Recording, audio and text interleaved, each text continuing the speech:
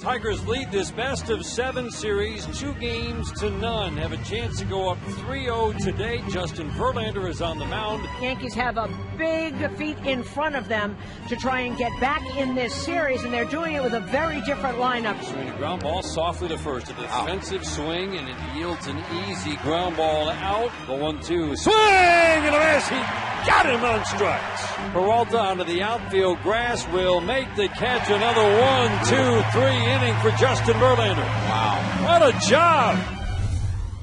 It's the Road to the World Series presented by Ford, and with Ford as our sponsor, perhaps fitting that the Detroit team is now 1 win away from heading to the World Series. Yes, the Tigers 2-1 winners over the Yankees in Game 3. Pete McCarthy with Mark McLemore.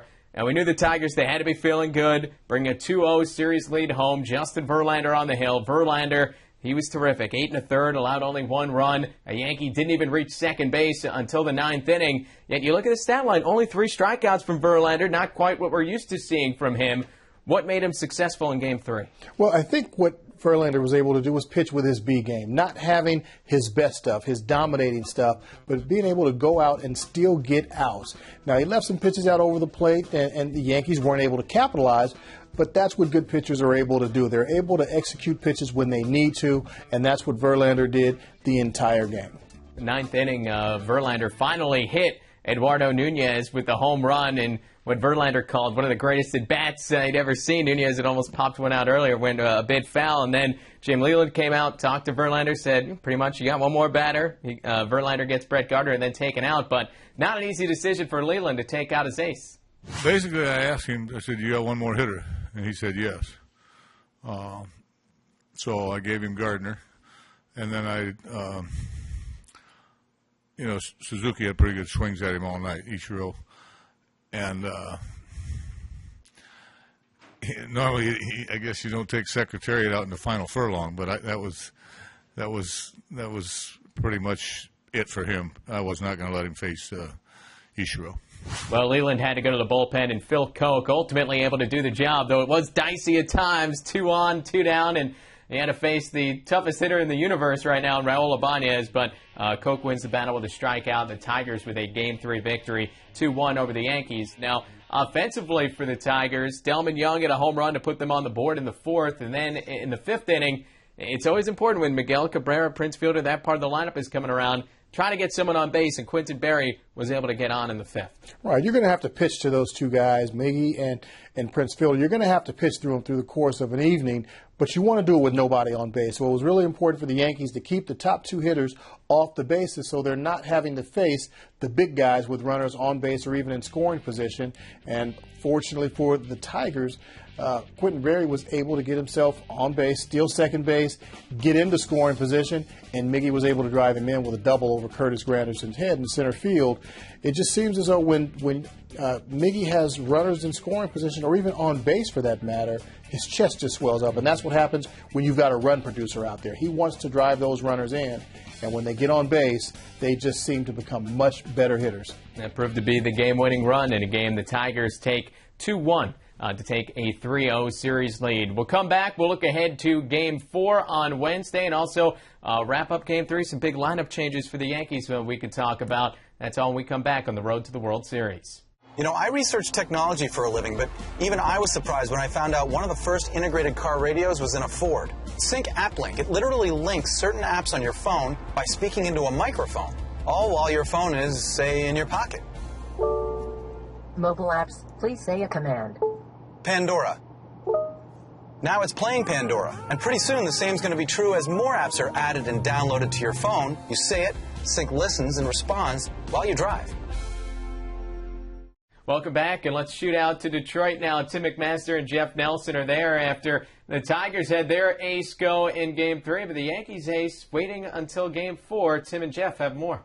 Thanks, Pete. One of the big questions coming into this series was, would CC Sabathia pitch Game 3 or Game 4? Joe Girardi decided early to go with him in Game 4, and despite the Yankees being down 2-0, he stuck to his guns, and he held CC out in Game 3, and the Yankees go ahead and they lose Game 3 2-1. There has to be a little bit of second guessing.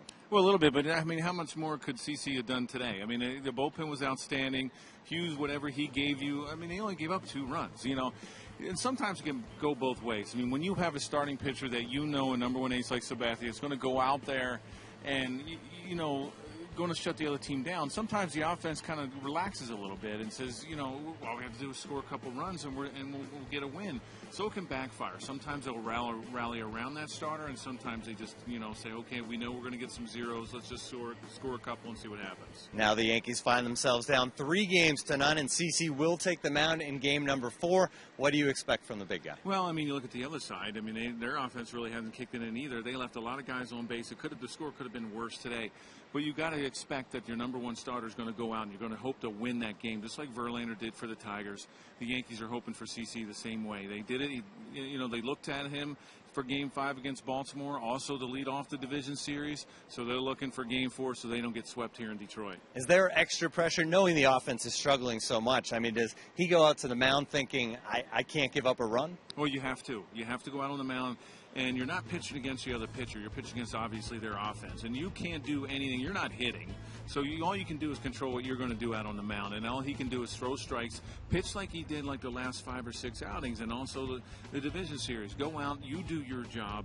And if you give up a couple runs, you wind up losing 2-0, and there's nothing you can hang your head about. It'll be Sabathia on the hill in Game 4 as the Yankees try to extend their season. Along with Jeff Nelson, I'm Tim McMaster. Back to Pete and Mark in the studio. Thanks, guys. And as Jeff mentioned, it doesn't really matter who starts if the offense isn't going. And at one point in this series, the Yankees, with 20 straight innings without a run, that was broken by Eduardo Nunez's home run in the 9th inning. It has been a rough go for the Yankees offense, and Joe Girardi made some significant changes to the offense before Game 3. Nick Swisher out, Alex Rodriguez out, Nunez, one of the guys put in. But as you go to Game 4, should Girardi stick with the lineup that it didn't hit much better than the regular lineup in Game 3, or go back to the usual guys? I would think Girardi's going to go back to the usual guys, the guys that have gotten him to Game 4. I think he's got to go back to them and put those guys back out there and give them that opportunity. You put A-Rod back in there. You put Swisher back in there. You put your best hitters back in the lineup. I think he had to make an adjustment in Game 3 just to shake things up a little bit, because in Games 1 and 2, that lineup that he was running out there, they just weren't getting it done. So he had to make a change in Game 3, and I think now he's probably going to go back to the lineups that he had in Games 1 and Game 2 for Game 4. Down 3-0.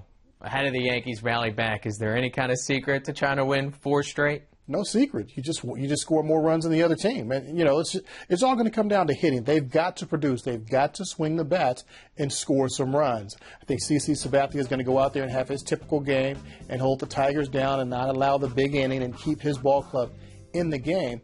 But the Yankees offense, they have to come alive. They've got to swing the bats in Game 4. Well, they'll have the advantage with CC Sabathia on the hill, and they will be in desperate need of a victory in a potential elimination game as the Tigers will try to clinch a spot in the 2012 World Series. That'll do it for us. For Mark McLemore, I'm Pete McCarthy. This has been the Road to the World Series presented by Ford.